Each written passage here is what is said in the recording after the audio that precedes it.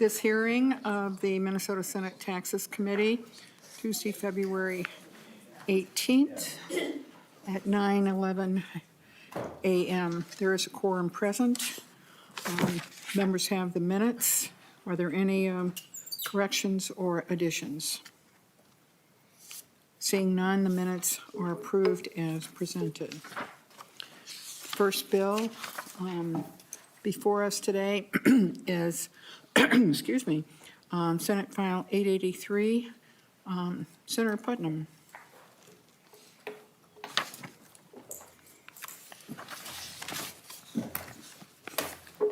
Senator Putnam has the A1 amendment. It's a date change. Senator Putnam offers A1. All those in favor, please say aye. Aye. Opposed, say no. Motion prevails and the amendment is adopted. Senator Putnam, Senate File 883 as amended. Thank you very much, Madam Chair and members. Thanks for hearing this bill. It's simple, but it's important. As of January 2025, 390,000 Minnesota households lack access to broadband speeds of 100 to 20 Mbps. This includes more than 162,000 households that don't have access to 25.3 Mbps, or basically any functioning internet at all. 162,000 households in the state of Minnesota do not have fundamental basic internet access. The bill itself would expand a current sales tax exemption for fiber and conduit purchased or leased by a telecommunications or pay TV service to include fiber and conduit purchased or leased for use directly by a broadband or internet service provider. That's all the bill itself does. This change isn't free, but it's important and it has a history. The legislature passed the current exemption that applies to telecommunications and pay TV services in the 2017 tax bill. It had existed in state law until 2013, was repealed, and then added back in 2017. It's weird that this exemption only applies to telephones and televisions, though. It's 2025, people. Part of what we're doing is making this contemporary, reasonable, and effective. That's the bill, Madam Chair. Our testifier today is Brent Christensen.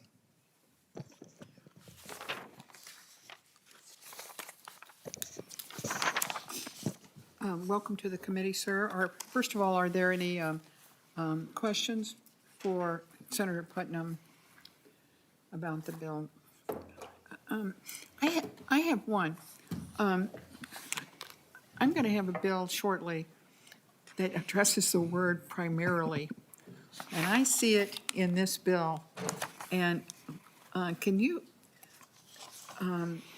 distinguish between, I don't know if you've looked at the other bill, but of removing the word primarily in that bill, but it occurs in the law, or it occurs in the language that you want to have adopted.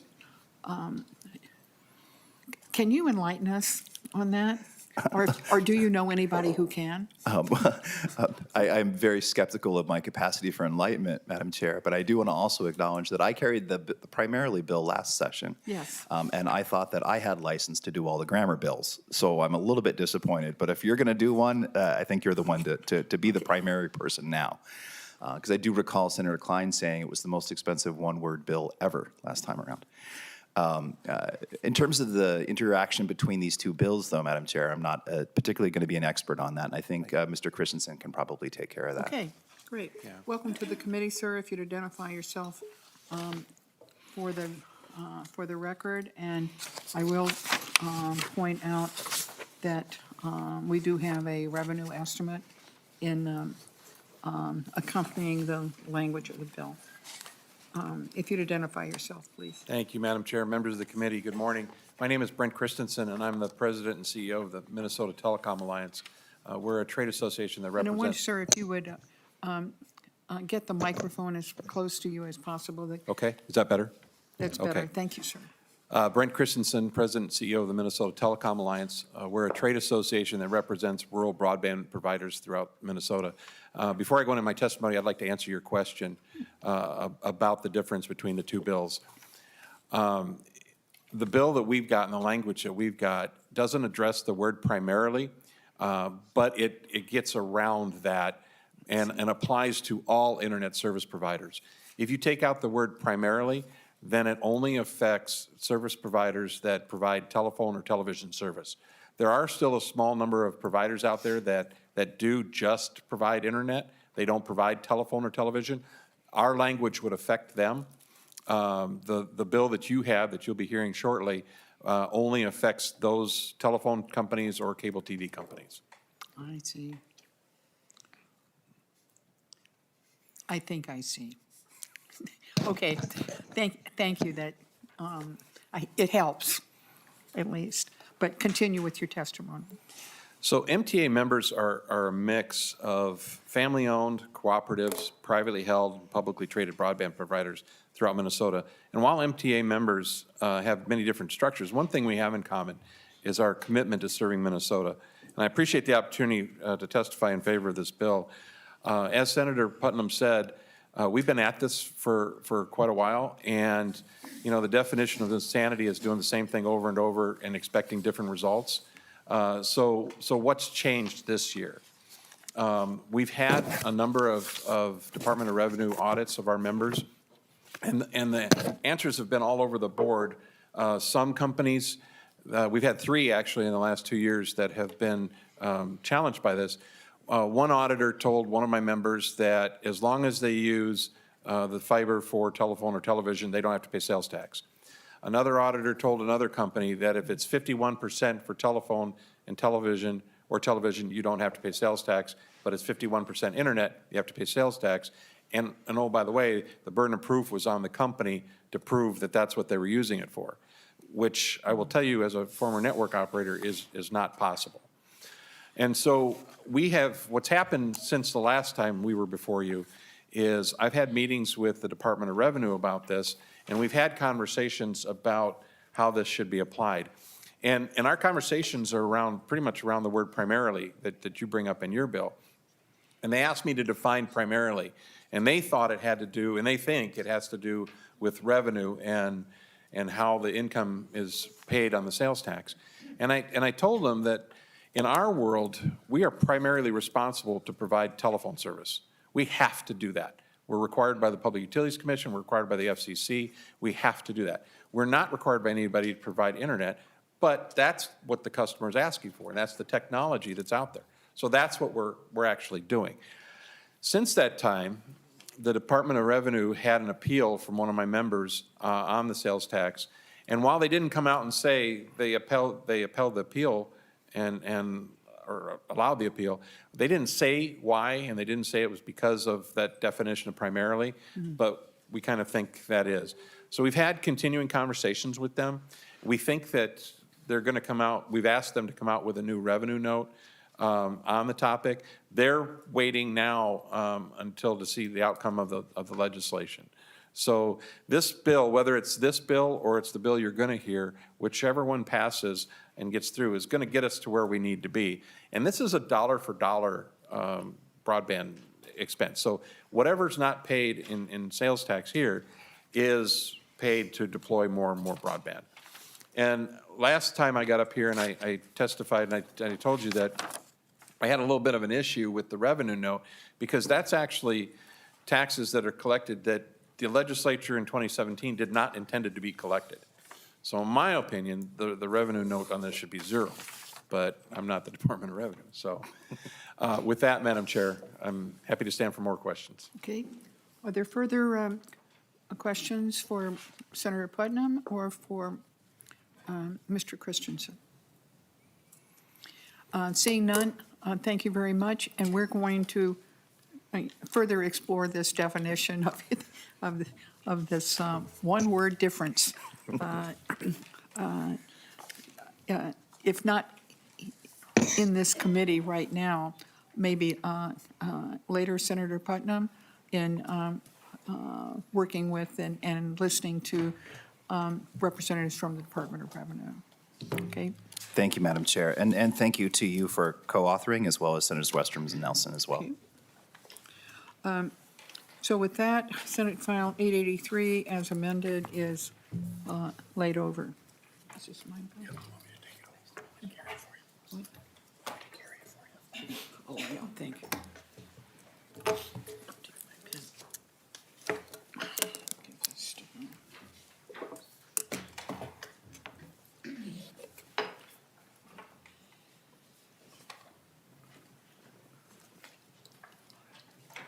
one is first? Are they in order?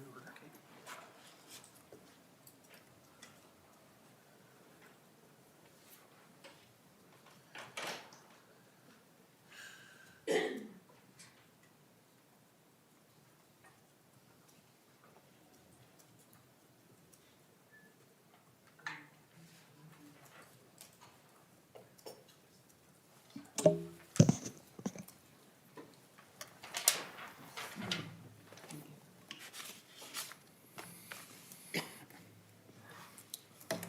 Welcome to the committee, Senator Rest. Senate File 11 is back in front of our committee after a trip to Judiciary.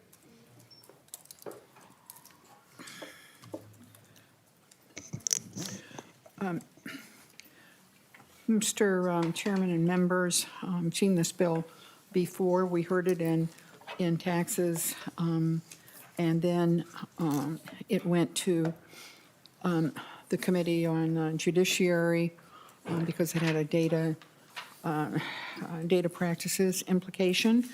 And it is, the first engrossment then is returned to us now.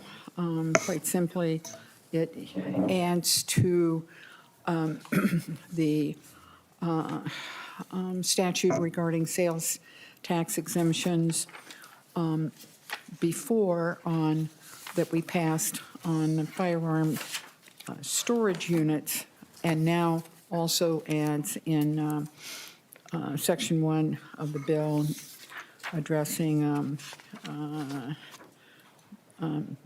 297A67 subdivision 40, adding trigger locks and defining what they are. It is a topic, quite frankly, that's been addressed recently by the streamlined sales tax. And my understanding is that this language is in accord with the definitions adopted by at least the executive committee, if not fully by the governing board. I'm not, I sit on that, and I know I voted on it at least once, but I don't know if the final language has been accepted. So you've heard it before. There was an A1 amendment that was adopted earlier. It comes back with no further changes. There is a letter in the packets by NSSF, which is describes itself as the Firearm Industries Trade Association, from Anefi Cole of the National Shooting Sports Foundation. And Mr. Chairman, I don't have anything further to add, except that it's back here. Thank you, Chair Rest. Members, any questions for Senator Rest on the bill? Senate File 11 is laid over for possible inclusion. Senate File 735, Senator Rest, is in front of the committee. This is the second primarily bill. And as Senator Putnam indicated, he has dealt with this as well. And it takes a look at the current statute on dealing with telecommunications or paid television services, machinery, and equipment in Section 1. That's the only place the change is made, and removes the word primarily. I think, and Ms. Pisek is going to maybe also add to the discussion of what the impact of using that word is, and also we can call on Ms. Pollock, either now or later, if she has insight into how the word primarily affects either one. Unfortunately, both of these bills have what in my mind is for just that single word in the bills, I'll say interesting, but I'm not clear on why it costs so much, why the revenue estimate for this bill, it's $6 million. That is just not insignificant. And the other one, I believe, was 2 or 3. Senator Putnam's bill was 2 or 3 million.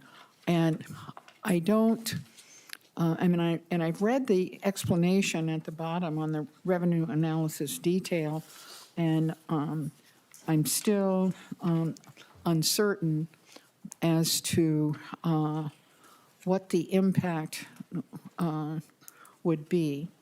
But that's what the bill is, again, dealing with that same issues from a different slant. And Ms. Pisak is going to also present the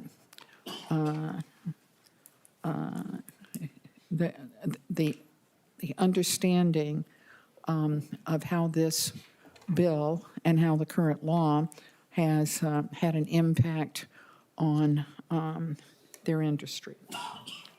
Welcome to the committee, Ms. Pisak. Please introduce yourself and proceed. Thank you. Mr. Chair and members, my name is Sarah Pisak, and I represent CTIA, which is the association representing the wireless industry. And we want to thank Senator Rest for authoring Senate File 735 this session, and Senator Putnam for tackling this bill last session, but we're here again. So Senate File 735 addresses concerns about the use of the word primarily in the current sales tax exemption for communications machinery equipment. And as already discussed, you remember this bill from last year. So current law includes a longstanding sales tax exemption for machinery and equipment primarily used to provide telecommunications or pay television services. And the equipment is used to expand, maintain, or operate communication networks. But in today's competitive communications marketplace, communications service providers are increasingly using their networks to provide not only telecommunications and pay television services, but also internet access. And so it's the same network equipment is used to provide all of these different services, and the use of the word primarily is just out of date with today's technology. So the statutory requirement that equipment be used primarily to provide telecommunications or television services is becoming increasingly problematic and has been for several years. Broadband providers provide multiple services over the same networks with the same equipment and machinery. So a provider sells telecommunication services, internet access, video services, all as part of a bundle, which many of you probably do, and offer a bundled offering, which is using the same network for telecommunications services and pay television.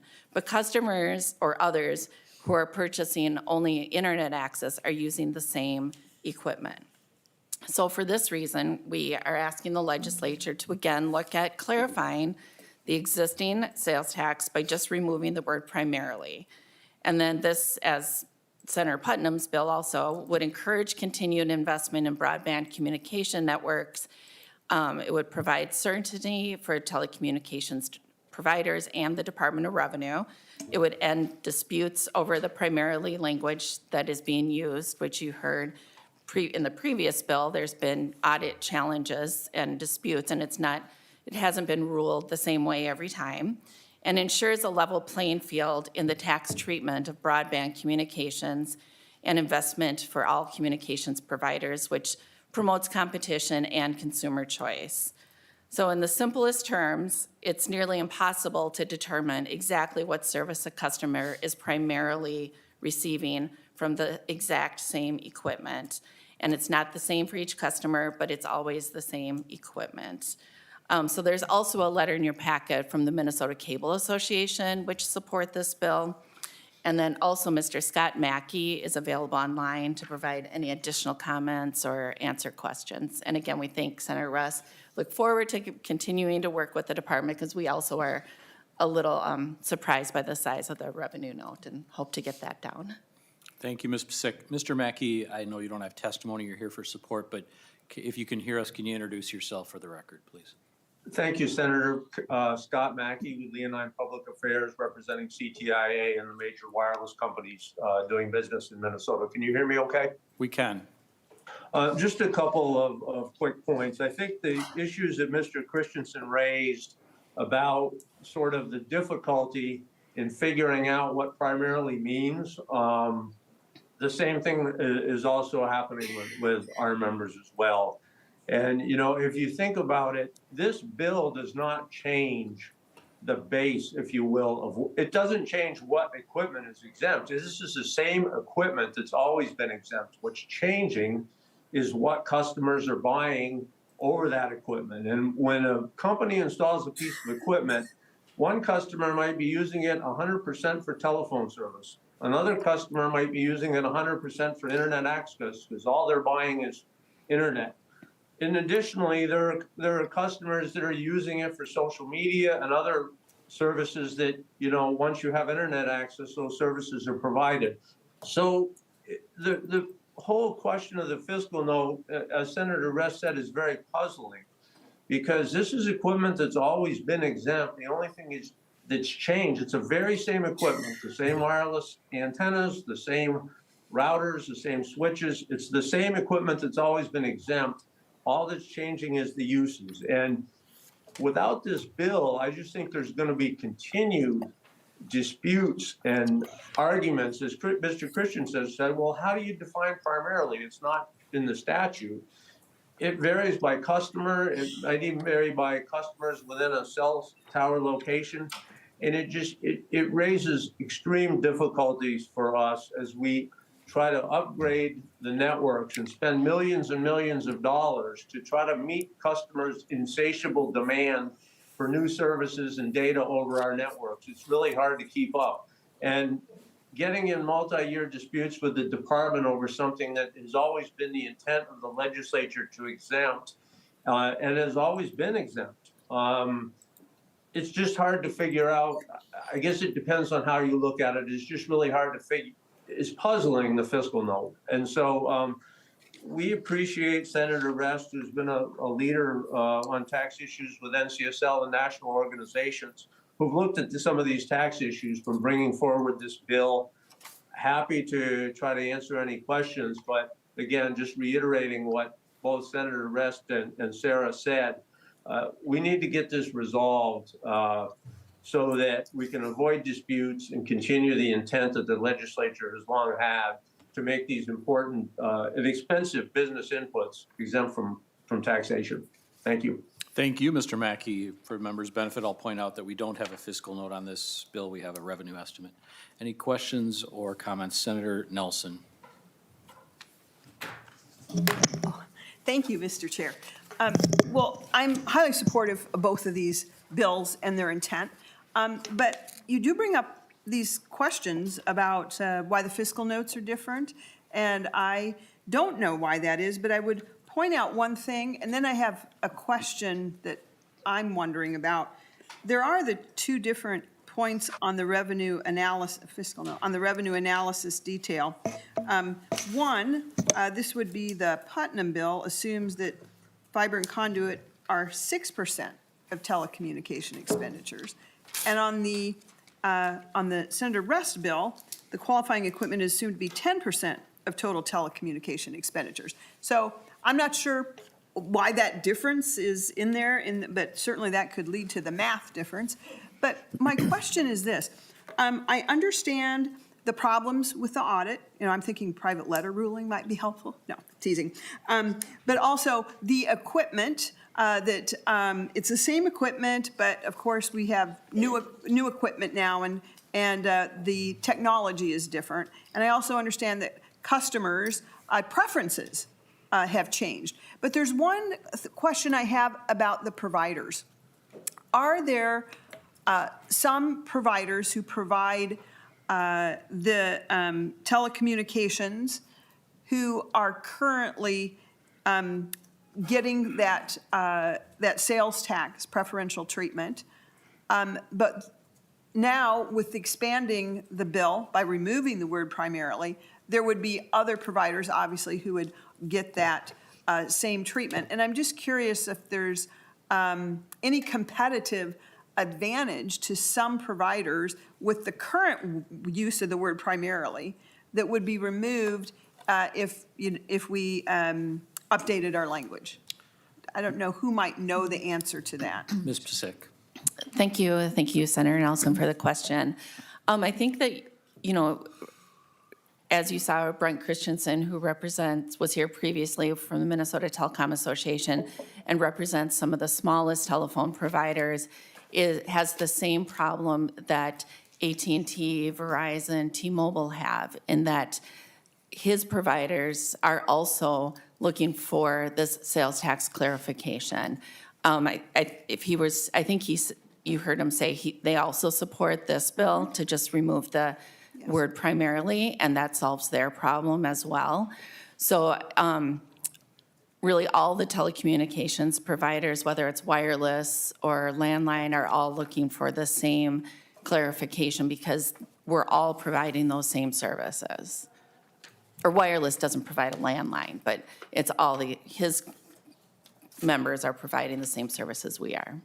Senator Nelson. Thank you, Mr. Chair, and thank you. So from what I take from that is there is no opposition to this. It's not No. that there's any advantage in our currently rather vague or ambiguous primarily language. That's just what I wanted to understand, that there's not some advantage to some provider and some reason to keep this current law. So, Senator thank you. Dibble. Just going to thank you for making note of the fact that we have revenue notes, not fiscal notes, in this committee. Thanks. You are welcome. Senator Dibble. Any further questions, comments from the committee? Yeah, it's very good. Closing comments from Chair Rest at all? Seeing none, Senate File 735 is laid over. I'm sorry, Mr. Chairman, I think there's another person that would like to testify. Is that on this bill? Madam Chair, that's for the next bill. The next bill, okay, sorry. So with that, Senate File 735 is laid over for possible inclusion. Thank Now you. before the committee is Senate File 7, Senator Rest.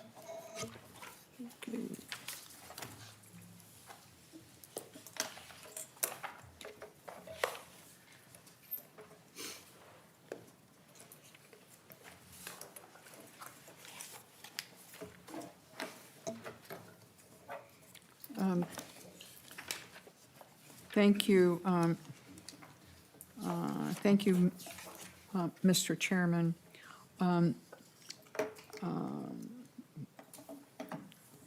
Over the years, many bills on tax increment financing that have dealt with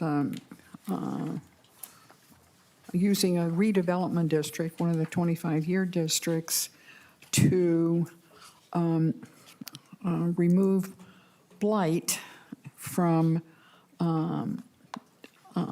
inner cities across the country that otherwise developers, manufacturers, whatever, were just not interested. It did not work for them financially or in the interests of their businesses to come in and remove the blight and make a contribution, as it were, to reinvigorating our inner cities. And so that was when tax increment financing started, that was the major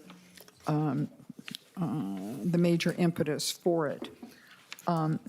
And over time, the issues of redevelopment have changed that situation that both cities and developers are trying to rectify. But the language of and the definition of blight has remained. And so what happens is, instead of a city or its economic development authority being able to work with the general statute that defines or that regulates what a redevelopment district would be, that's really has become less relevant. And so over and over again, we get bills that come in that, rather than using the regular law, they have to come in with a notwithstanding bill, which we have an aversion to. We rather have the law,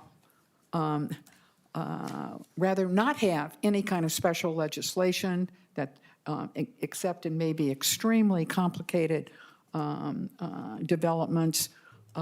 We constantly, for example, there are some projects in Minneapolis, certainly the Mall of America is, I won't say constantly, but frequently asking us to look beyond what's in the statute for special legislation. But it shouldn't be any longer because of a definition of blight that is not in the 21st century, quite frankly. And so seeing that over and over again, I'd like this bill addresses at least getting rid of one reason that people bring special legislation that begins with the word notwithstanding. Doesn't solve everything, but, and we're still going to get special legislation, but not, it shouldn't be because of that. In addition, after the redevelopment districts, we added, and I'm not sure, maybe Mr. Sylvia knows, I'm not sure when we actually added renovation and rehabilitation districts, but it was added, and it has a softer, if you will, a less restrictive definition of what can occasion certifying a renovation and district. And so in looking at the law, it seemed to me, wait a minute, the renovation districts are very seldom used anymore themselves. Rather, people come in, cities come in, and they just want a redevelopment district, but they want it also with the removal of the blight definitions or requirement. And so it occurred to me in looking at the state auditor's report about how many of these districts are there, who uses them, and we have had, Mr. Nord is here, we have had a report on this, and then who uses it, and then a very important part of it is the redevelopment districts, long districts, 25 years. The other one, renovation, is shorter, but the redevelopment districts are consistently, maybe there is an exception here and there, but consistently decertifying their districts early, as much as 10 years early. 10 years early. So what does that mean? That means, okay, the increment stops. The increment stops because it's paid off. The project is paid off, and that's what we want. We don't want districts that go on and on simply because the Economic Development Authority or the cities like that increment because they want to use it in other projects, but not on the one, but not being occasioned by the district that was originally certified. So what does that do for your taxpayers? It puts all of that property back on the general property tax, commercial industrial value for your communities, any entity, any local government, whether it's a county or a city, to have in the general tax base, which is what we want. We get the redevelopment, we get the improvements, and then the goal is not for it to last forever. This is not a land of perpetual TIF. This is not a religion, okay?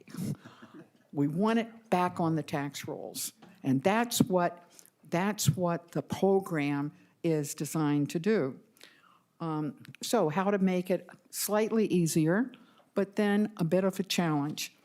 And so what this bill does, starting in Section 1, is to redefine a redevelopment district basically with the requirements of the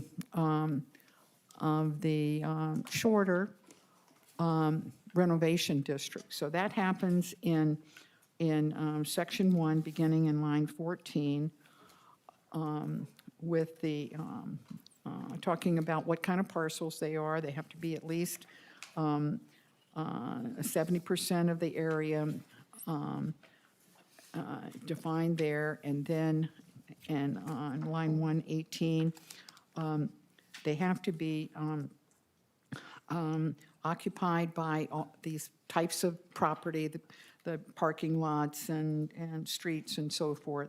And then 20% of the buildings are structurally substandard, which is different than before. This is the definition for the renovation districts, and 30% of the other buildings that are there have to be requiring renovation or clearance or removing existing conditions. And so we've moved that definition now, I'll call it the softer definition, to redevelopment districts, and we get rid of the renovation districts, and that happens later in the bill, and you'll notice it on page 4, line 17 and 18, and then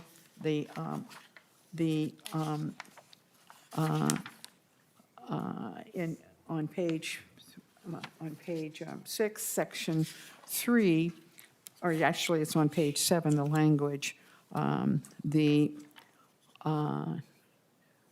reference to a renewal and renovation district is simply removed. So having given that, what else looks up at us about these districts? And I turn once again to, well, how long are they actually going for? And so the redevelopment districts get the softer definition, but they also are going to have a, in between the old renovation districts and the redevelopment districts, a new duration limit. The renovation districts were 15. The redevelopment districts are 25. So we settled halfway in between, 20 years for them. And that kind of goes in with, or makes sense, at least to me, about how long we should allow those districts to get everything in order to be decertified and brought back onto the tax rolls.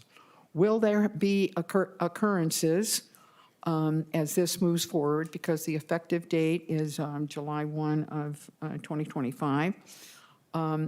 Will there be instances in where a city, an economic development authority says, you know what, we didn't make it, we're going to have to go and ask for a duration extension? What's the complication for that? Well, it doesn't often happen, but the other local governments that are involved and impacted by tax increment, they have to approve that.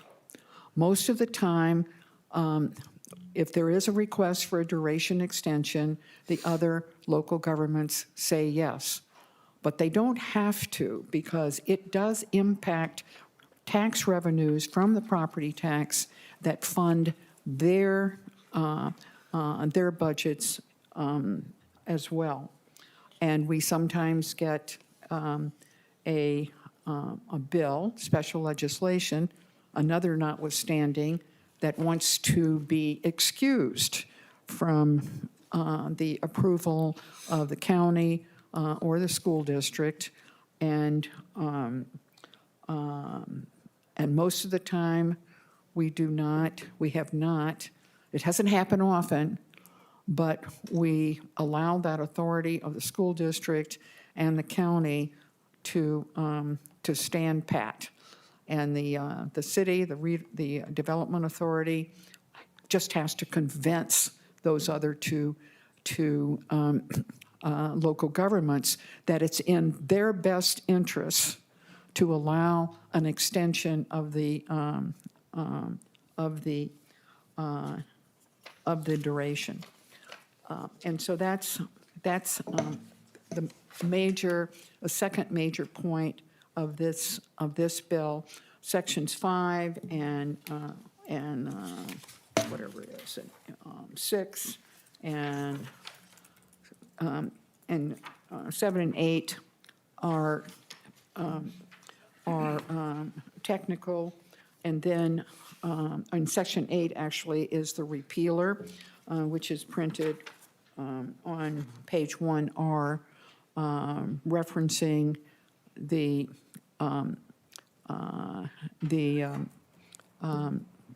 renewal and renovation districts, which we eliminate, and then the definition, the harder definition of redevelopment districts, which has been removed. Mr. Chairman, that is the bill. I understand that in conversations, perhaps with you, or at least with some of you, and or among the economic development community and among the cities, that they're happy with the softer definition, but shaking their fingers at us for thinking about shortening the duration, and somehow the exceptional case of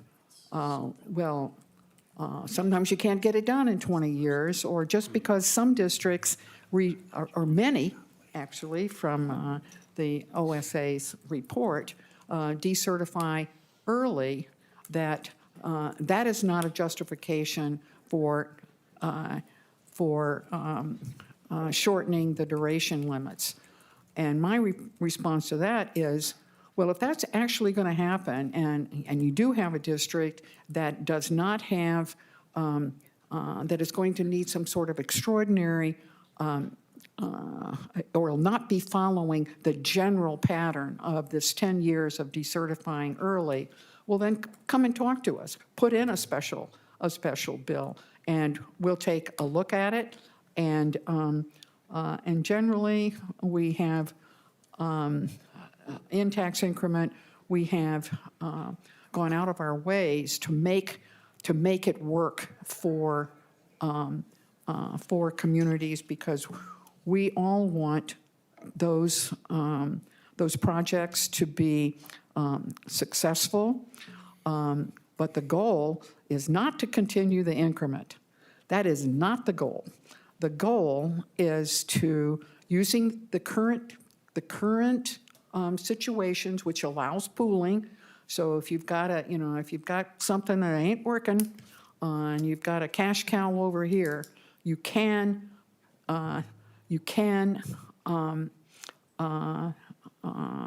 mix up the two with certain limitations, but it shouldn't be just going on and on and on just because it was a 25-year district. When it got, not only the project got finished, but the increment is going on, and it can be decertified early and returned to the tax rolls.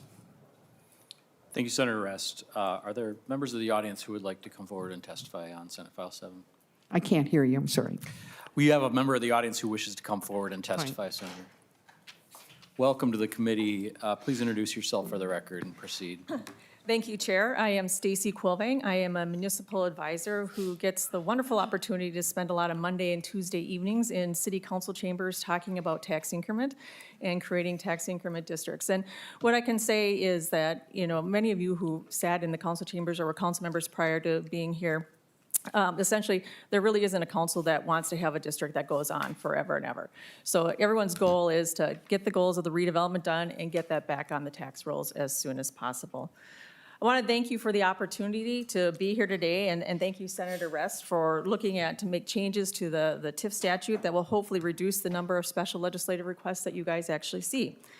But if you will bear with me for just a minute, I want to provide you some facts or some statements with regards to some of those requests. So the TIF law came to be in 1979, and the first special legislation request came in 1988. And since those 36 years from that time, there have been 224 special legislative requests for TIF exceptions. If we pull out some of the bills that were repealed or that were more technical in nature, it's about 197. So that's an average 5 to 6 a year. Now, granted, some years you have more, some years you have less or none, or the years that you have no tax bill. It's interesting, the largest request in those special TIF legislations is extension of the duration of the district for various reasons and for various terms, issues that may come up. The second largest request in all of those special legislative requests is for extension of the 5-year rule. And the 5-year rule means that by the 5 years after certification of that district, you have to have your obligations in place and your tax increment expended. Okay? Otherwise, you're limited to pooling that you have out there. So lots of folks come in for an extension to that, typically years up to about 10 years that they want to see. Only 11 of the requests have been for exemptions to the blight test. And those that came forward for the exemption to the blight test would not meet, obviously, the redevelopment standard, nor would they meet the renovation and renewal standard that is currently proposed to be added into the law. So they come forward because they have different factors that are pressing against that they can't actually meet it.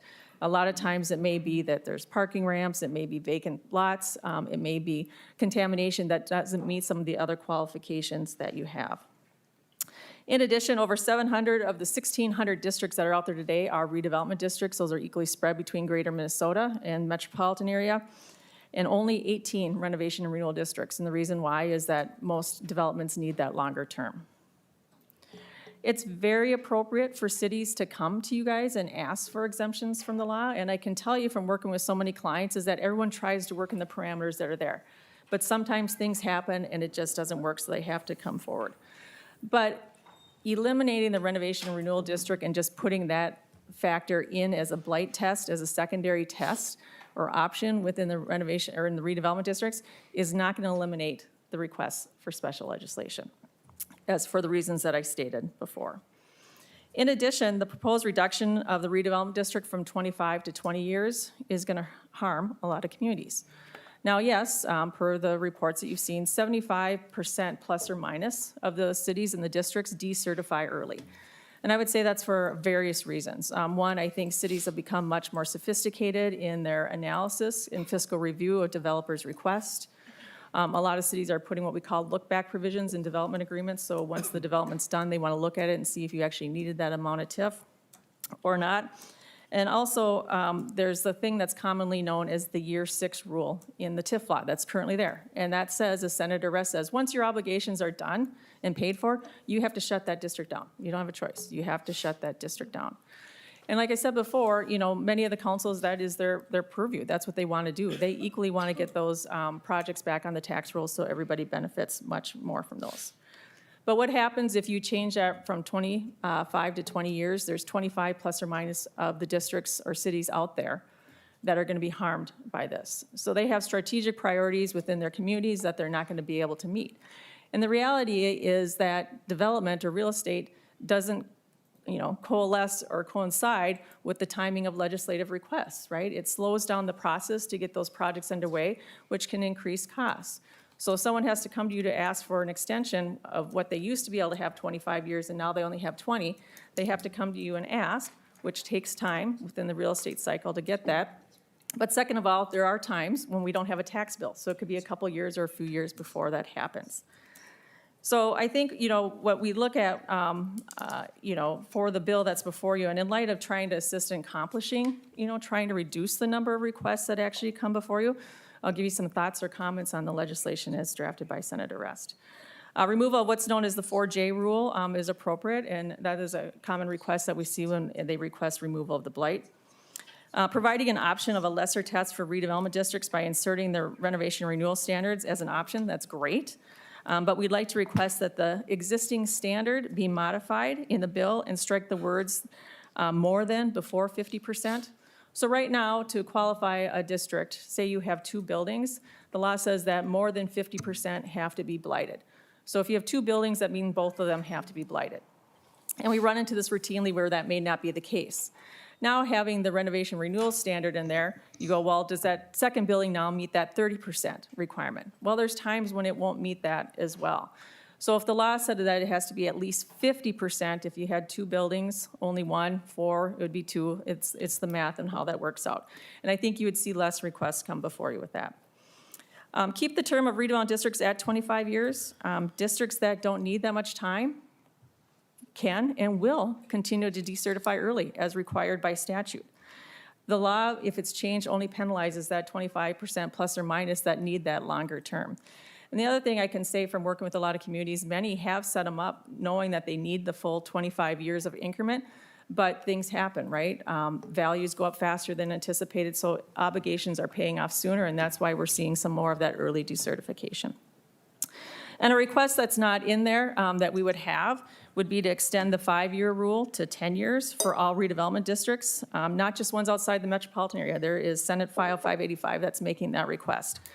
And redevelopment's challenging. It doesn't matter if you're in greater Minnesota or if you're in the metropolitan area. It's getting more and more difficult as we have some of these sites and challenges. And redevelopment is just prey, right, to what's happening in the larger economic world, right? From inflation to interest rates to tariffs to everything else. It's getting harder and harder to get these projects in the ground and to get them done. This ask of the extension of the 5-year rule to at least 10 years has been a legislative ask through the city government agencies for the past decade, if not longer. And over the past 36 years, only 33 cities have asked for that extension. So it's not something that's going to open the floodgates or keep districts open longer. Cities sometimes just need a little bit more time to have that opportunity to get those districts and obligations going because things happen. So again, thank you, Chair, for the opportunity to be here to speak, and thank you, Senator Rest, for looking at opportunities and options to make changes. We are happy on the behalf of cities, consultants, and cities' professional organizations to continue to work with Chair Rest on making some modifications that will hopefully change the number of special legislative requests that come to you, but also will be helpful to cities to be able to actually get redevelopment completed. Thank you, Ms. Coolvang. Members, questions or comments for the author or the testifier? Senator Weber. Mr. Chairman, Senator Rest. I wonder, may I respond first? Senator Rest. Thank you. Well, I do appreciate the comments and the history. Seems to me that part of it has been left out, however, about when and on what occasions we have made changes to the tax increment statutes. And I particularly go back to 1991, when we asked and put into the statute what cities called the LGA penalty. Before that time, the state was having to make up the loss of revenue to school districts in particular that was caused by the decisions made by cities on tax increment. And the bills that we were getting were notwithstanding, and then what one city mayor came to us later and said, well, we just want the usual exemptions. Well, that was not well received by the legislature. But what changed those exemptions, if you will, was the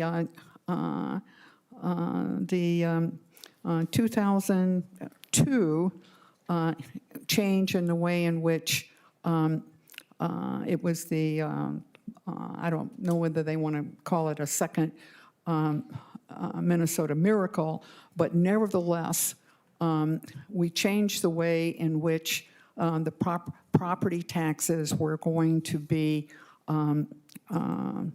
applied. And so after that, no longer, because there was no longer any kind of penalty that the cities had to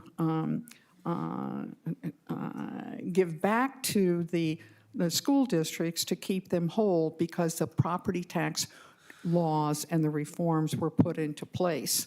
And so there began to be, in my mind, fewer bills that came before the legislature asking for exemptions. The same thing happened at the time of the Great Recession. The legislature was very responsive to that, and realized that it was going, the economic crisis we were in at the time was going to be going to have an impact on cities and their redevelopment decisions. And so we extended the 5-year rule. I don't think Mr. Sylvia can correct me if I'm wrong, but I think we moved it to generally to 8 years at the time to give them the opportunity to finish their projects, and then also diminished the need for cities to come before the legislature with special legislation, because so many of them were in the same boat.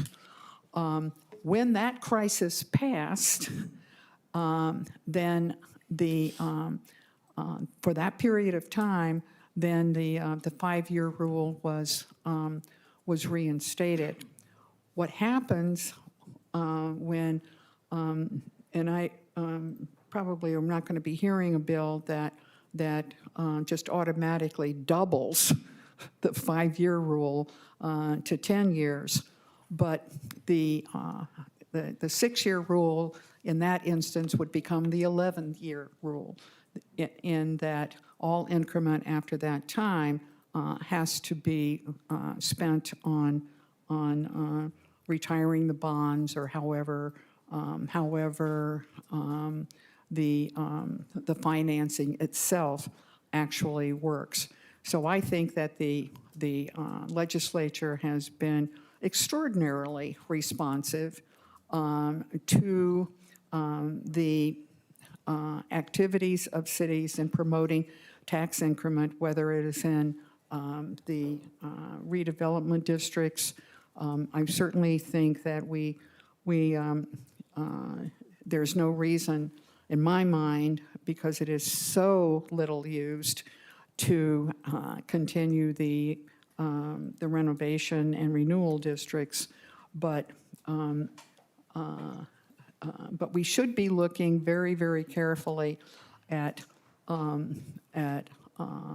a proposal that, and with skepticism, quite frankly, that says, oh, 5-year rule? No, we need 10 years.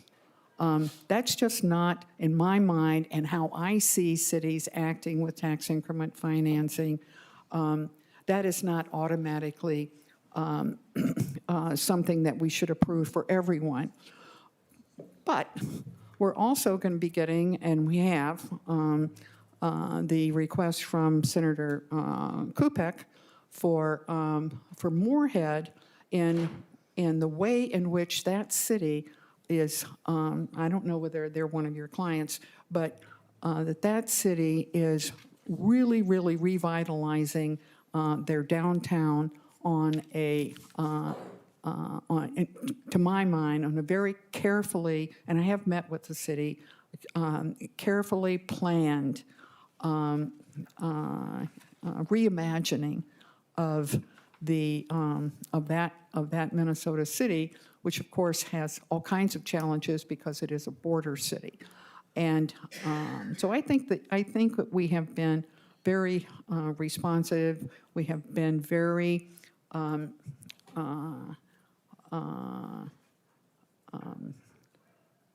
trying to think, empathetic, someone used that word earlier today, empathetic to extraordinary circumstances, and Senator Weber and I, in particular, over the past several years, have looked at all of those requests and worked with our staff and the authors of the bills to not exactly be lean and mean, but to really understand what the cities are and their advisors are asking for, and whether, in light of the general understanding of what tax increment financing's purpose is, have been very receptive to changes and to special legislation. And yeah, certainly it has been the case that in many instances we have not had a tax bill. It is not because of tax increment financing that we have not had a tax bill, Senator Nelson, who's also been a former chair of this committee, or is a former chair of this committee. So not having a particular, we don't have a bonding bill every year either, and I don't see that as that is not a particular criticism to be used about the use of tax increment financing, and whether a city or its economic development authority is delayed. That happens in all aspects of our life here at the legislature.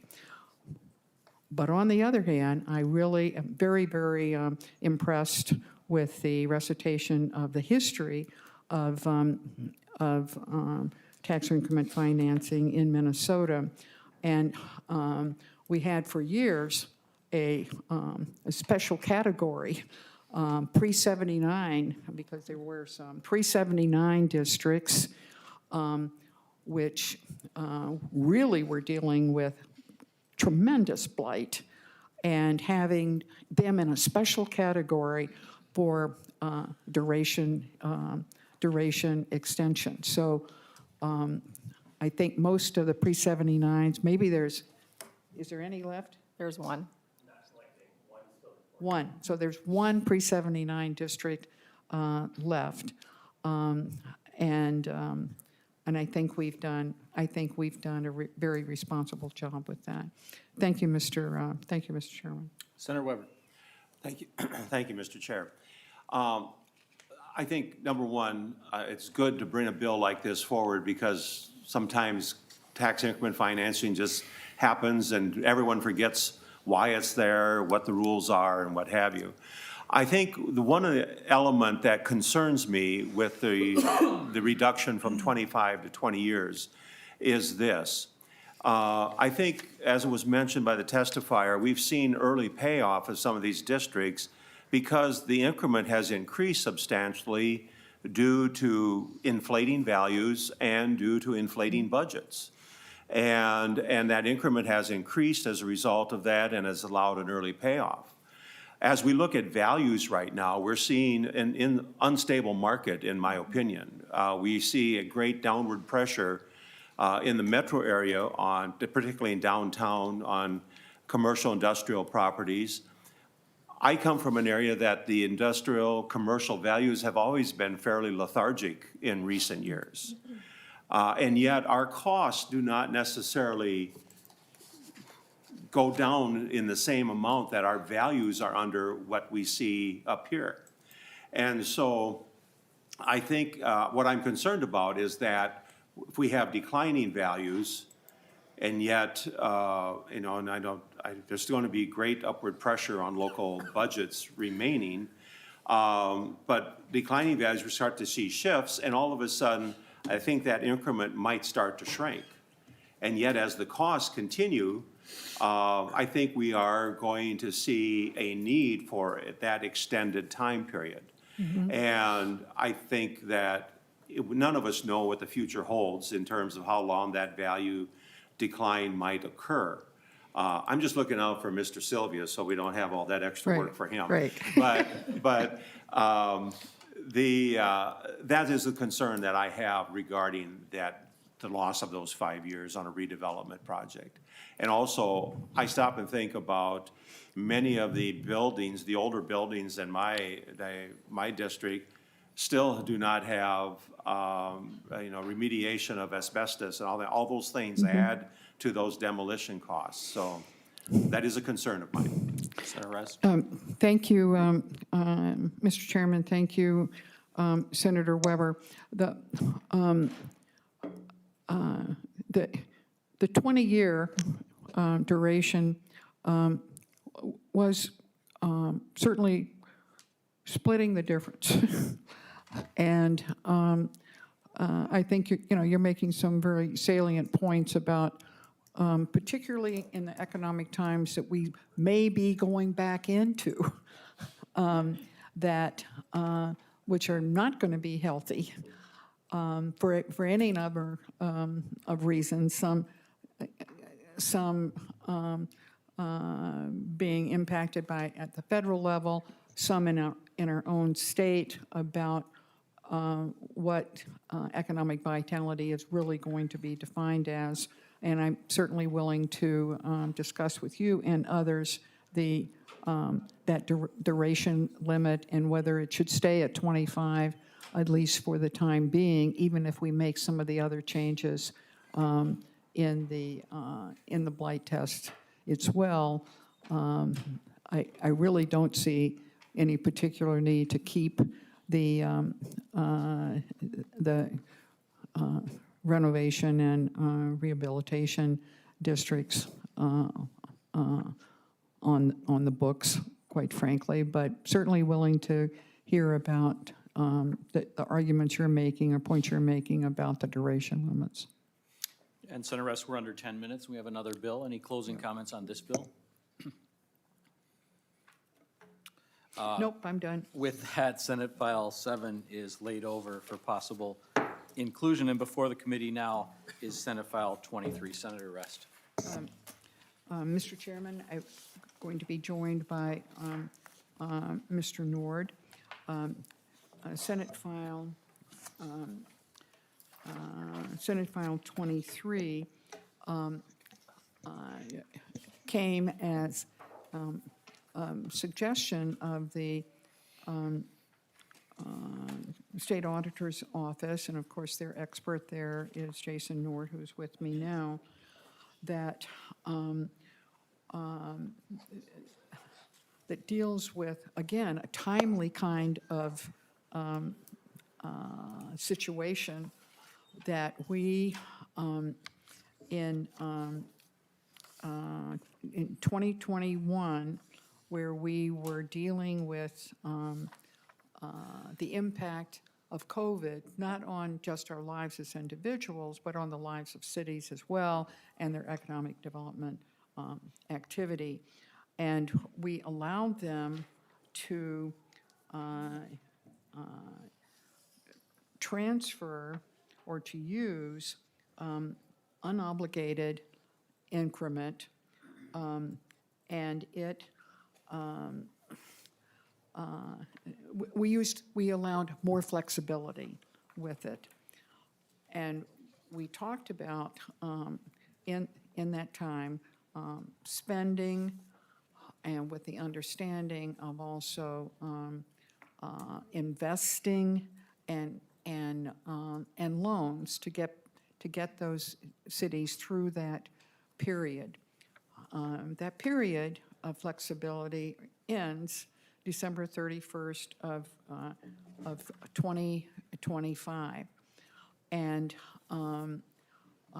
the State Auditor's Office was suggesting that we needed clarification now of that, what that date actually is going to mean, December 31st, 2025, in terms of the definition of unobligated increment. And so this bill is indeed responding to that suggestion in redefining or defining, it wasn't even defined, period, right? In defining what is included by unobligated increment, and that we need more than just the term spend.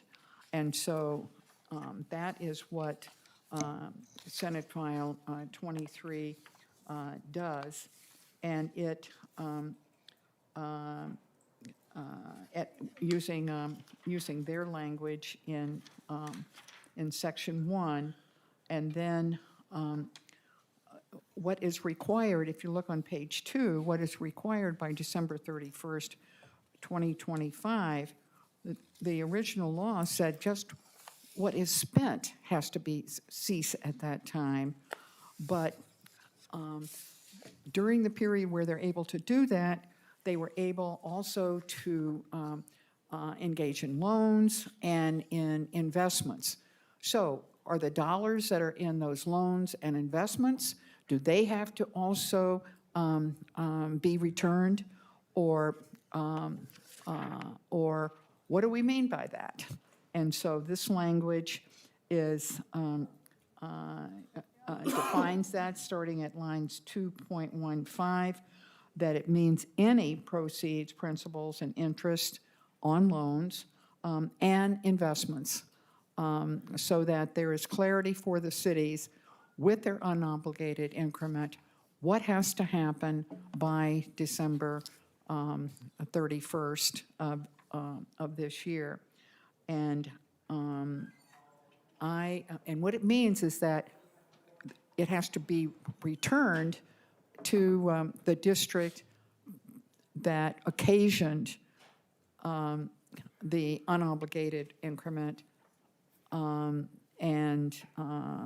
the use of loans and investments. So everything has to go back, and a much broader or much more specific understanding of what we mean by spend. So Mr. Chairman, that's the bill. I think it's pretty straightforward, and Mr. Nord can comment further. Mr. Nord, welcome to the committee. Please introduce yourself. Thank you, Mr. Chair. My name is Jason Nord. I'm the TIF Division Director at the Office of the State Auditor. I'd like to thank Senator Rest for carrying this provision for us. We just spotted some ambiguity with this deadline coming up. There's basically two pieces of clarification that are needed. There was about $92.4 million transferred under this authority, and we noticed that at least one of the spending plans indicated that they were going to be making loans, and those loans would be paid back in like 2033 or 2038, I forget which. And so the question came up, if you didn't spend it by the end of 2025, regardless of the fact that you loaned it out and aren't expecting it back for another several years, would you have to return the money at the end of this year, regardless of what your intent was with your loans? And so I think this provision clarifies that you would repay that when those loans are repaid. And a second question we had was, after you transferred the money, if you earned interest on that transferred funds, is that increment that would have to be returned, or does it not have to be returned? And this would clarify that it would have to be returned. So we put this language together believing that it's a very reasonable default interpretation of the law, but certainly we would be open to any clarification. So if others had other ideas about how to clarify this, we just seek to see some clarification by the end of the year. So thank you. Thank you, Mr. Nord. Members, questions or comments? Any closing comments, Senator Rest? No, I'm finished. With that, Senate File 23 is laid over for possible inclusion. Senator Mr. Rest, do you have Chairman? any announcements for the committee? Yes. The hearings both tomorrow and on Thursday will begin at 9 o'clock. Members, there's no further And business. please inform your legislative assistants who Thank are you, Senator looking Rest. after you. Committee is adjourned. That is so true. I was here.